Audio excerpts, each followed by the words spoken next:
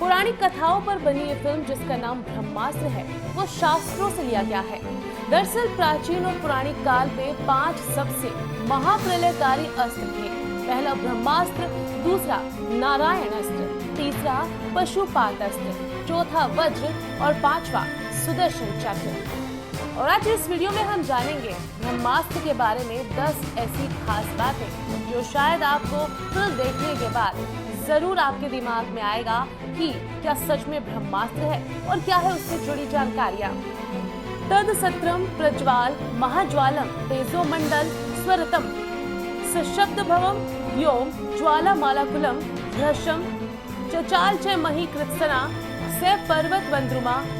इसका मतलब है ब्रह्मास्त्र छोड़े जाने के बाद भयंकर वायु जोरदार तमाचे मारने लगी, सहस्राविधि उल्काकाश से गिरने लगे, भूत मात्र को भयंकर महाभय उत्पन्न हो गया, आकाश में बड़ा शब्द हुआ, आकाश जलने लगा, पृथ्वी अरण्य वृक्षों के साथ पृथ्वी गिर गई। अब जानते हैं सबसे पहले किसने बनाया ब्रह्मास्त्र।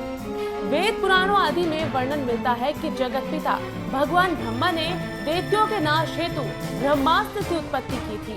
ब्रह्मास्त्र का अर्थ होता है ब्रह्मा यानी कि ईश्वर का अस्त्र। अब सवाल उठता है कि क्या इंसानों को ब्रह्मास्त्र मिला है। प्रारंभ में ब्रह्मास्त्र देवी और देवताओं के पास ही हुआ करता था। प्रत्येक देवी देवताओं के पास उनकी विशेषता अनुसार अस्त्र होता था। देवताओं ने सबसे पहले गंधर्वों को इस अस्त्र को प्रदान किया और बाद में इसे इंसानों ने हासिल किया। अब आपको बताते हैं कि इसका प्रयोग कितनी बार हुआ है। कहते हैं कि प्राचीन भारत में कहीं न कहीं ब्रह्मास्त्र के प्रयोग किए जाने का वर्णन मिलता है। रामायण में भी मेघनाद से युद्ध हेतु लक्ष्मण ने जब ब्रह्मास्त्र का प्रयोग करना चाहा, तब श्री राम ने उन्हें ये कहकर रोक दिया कि अभी इसका प्रयोग उचित नहीं है, क्योंकि इससे पूरी लंका साफ हो जाएगी। लेकिन कहते हैं राम रावण युद्ध में ब्रह्मास्त्र का प्रयोग हुआ था। इसके बाद महाभारत के युद्ध में अश्वत्थामा ने इसका प्रयोग किया था। अब जानते हैं कि किस किस के पास ब्रह्मास्त्र है। रामायण और महाभारत काल में ये अस्त्र गिने चुने योद्धाओं के पास थे। रामायण काल में जहां यह विभीषण और लक्ष्मण के पास ये अस्त्र था, तो वहीं महाभारत काल में द्रोणाचार्य, अश्वत्थामा, कृष्ण, कुवलयाश्व, युधिष्ठिर, कर्ण, प्रद्युम्न और अर्जुन के पास था। अर्जुन ने इसे द्रोण से पाया था। द्रोणाचार्य को इसकी प्राप्ति राम जामदग्नि ने से हुई थी। ब्रह्मास्त्र पल्लव उत्पन्न होता था, ये बात जानकर शायद आप हैरान रह जाएं। लेकिन ब्रह्मास्त्र कई प्रकार के होते थे, छोटे, बड़े और व्यापक रूप से संहारक, इच्छित, रासायनिक, दिव्य तथा मांत्रिक अस्त्र आदि। माना जाता है कि दो ब्रह्मास्त्रों के आपस में टकराने से प्रलय की स्थिति उत्पन्न हो जाती है। इससे समस्त पृथ्वी के समाप्त होने का भय रहता है। महाभारत में सौप्तिक पर्व के अध्याय 13 से 15 तक ब्रह्मास्त्र के परिणाम दिए गए हैं। अब जानते हैं ब्रह्मास्त्र का परिणाम क्या होता है। महर्षि वेद व्यास लिखते हैं कि जहां ब्रह्मास्त्र छोड़ा जाता है, वहां 12 वर्षों तक पर्जन्य वृष्टि यानी कि जीव जंतु, पेड़ पौधों की उत्पत्ति नहीं हो पाती। महाभारत में उल्लेख मिलता है कि ब्रह्मास्त्र के कारण गांव में रहने वाली स्त्रियों के गर्भ मारे गए। गौरतलब है कि हिरोशिमा में रेडिएशन फॉल आउट होने के कारण गर्भ मारे गए थे और इस इलाके में 12 वर्षों तक का काल रहा। इससे सिद्ध होता है कि ब्रह्मास्त्र भी परमाणु बम जैसा ही रहा होगा। अब जानते हैं ब्रह्मास्त्र की काट के बारे में। इस अस्त्र शस्त्र का काट किसी के पास नहीं था। कहते हैं कि ब्रह्मास्त्र को ब्रह्मास्त्र से ही रोका जा सकता है, या इसे वापस लाकर इसके परिणाम से बचा जा सकता है। अश्वत्थामा ने जब अर्जुन और श्री कृष्ण पर ब्रह्मास्त्र चलाया था, तब ऐसा ही हुआ था। माना जाता है अचूक और सबसे भयंकर अस्त्र है। जो व्यक्ति इस अस्त्र को छोड़ता था, वो इसे वापस लाने की क्षमता भी रखता था।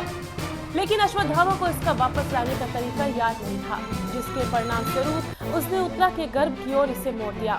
लेकिन इसके असर से मृत जन्मे शिशु को श्री कृष्ण ने जीवित कर दिया था। प्रत्येक शस्त्र पर भिन्न भिन्न देव या देवी का अधिकार होता है और तंत्र, मंत्र और यंत्र के द्वारा इनका संचालन होता है। ब्रह्मास्त्र अचूक अस्त्र है जो शत्रु का नाश करके ही छोड़ता है। इसका प्रतिकार दूसरे ब्रह्मास्त्र से ही हो सकता है, अन्यथा नहीं। अब जानते हैं कि क्या ये परमाणु बम जैसा था। शोध कार्य के बाद विदेशी वैज्ञानिक मानते हैं कि वास्तव में महाभारत में परमाणु बम का प्रयोग हुआ था। 42 वर्ष पहले पुणे के एक डॉक्टर ने अपने शोध कार्य के आधार पर कहा था कि महाभारत के समय जो ब्रह्मास्त्र इस्तेमाल में किया गया था वो दरअसल परमाणु बम के समान ही था। डॉक्टर ने 1969 और 70 में किताब भी लिखी जिसका नाम है स्वयंभू। इसके उल्लेख में मिलता है कि आधुनिक काल में जे रॉबर्ट ओपेनहाइमर ने गीता और महाभारत का गहन अध्ययन किया। उन्होंने महाभारत में बताए गए ब्रह्मास्त्र की संधारक क्षमता पर शोध किया और अपने मिशन को नाम दिया ट्रिनिटी त्रिदेव। रॉबर्ट के नेतृत्व में 1939 से 1945 का बीच वैज्ञानिकों की टीम ने यह कार्य किया। 16 जुलाई 1945 को इसका पहला परीक्षण किया गया। अब जानते हैं कि सिंधु सभ्यता क्या ब्रह्मास्त्र के कारण ही नष्ट हुई थी। सिंधु घाटी सभ्यता यानी मोहनजोदाड़ो, हड़प्पा आदि में हुए अनुसंधान में कई ऐसे नगर मिलते हैं जो लगभग 5000 से 7000 ईसा पूर्व अस्तित्व में थे। इन नगरों में मिले नरकंकालों की स्थिति से ज्ञात होता है कि मानो इन्हें किसी अकस्मात प्रहार से मारा गया हो। इसका भी सबूत यहाँ पर मिला है। यहाँ किसी काल में भयंकर उष्मा उत्पन्न हुई थी। इन नरकंकालों का अध्ययन करने से पता चला है कि इन पर रेडिएशन का असर भी था। दूसरी ओर शोधकर्ताओं के अनुसार राजस्थान में जोधपुर से पश्चिम दिशा की लगभग 10 मील की दूरी पर 3 वर्ग मील का एक ऐसा क्षेत्र है जहां पर रेडियो एक्टिविटी की राख की मोटी परत जमी हुई है। इस परत को देखकर उसके पास एक प्राचीन नगर को भी खोद निकाला गया जिसके समस्त भवन और लगभग 5 लाख निवासी आज से लगभग 8000 से 12000 साल पूर्व किसी विस्फोट के कारण नष्ट हो गए थे।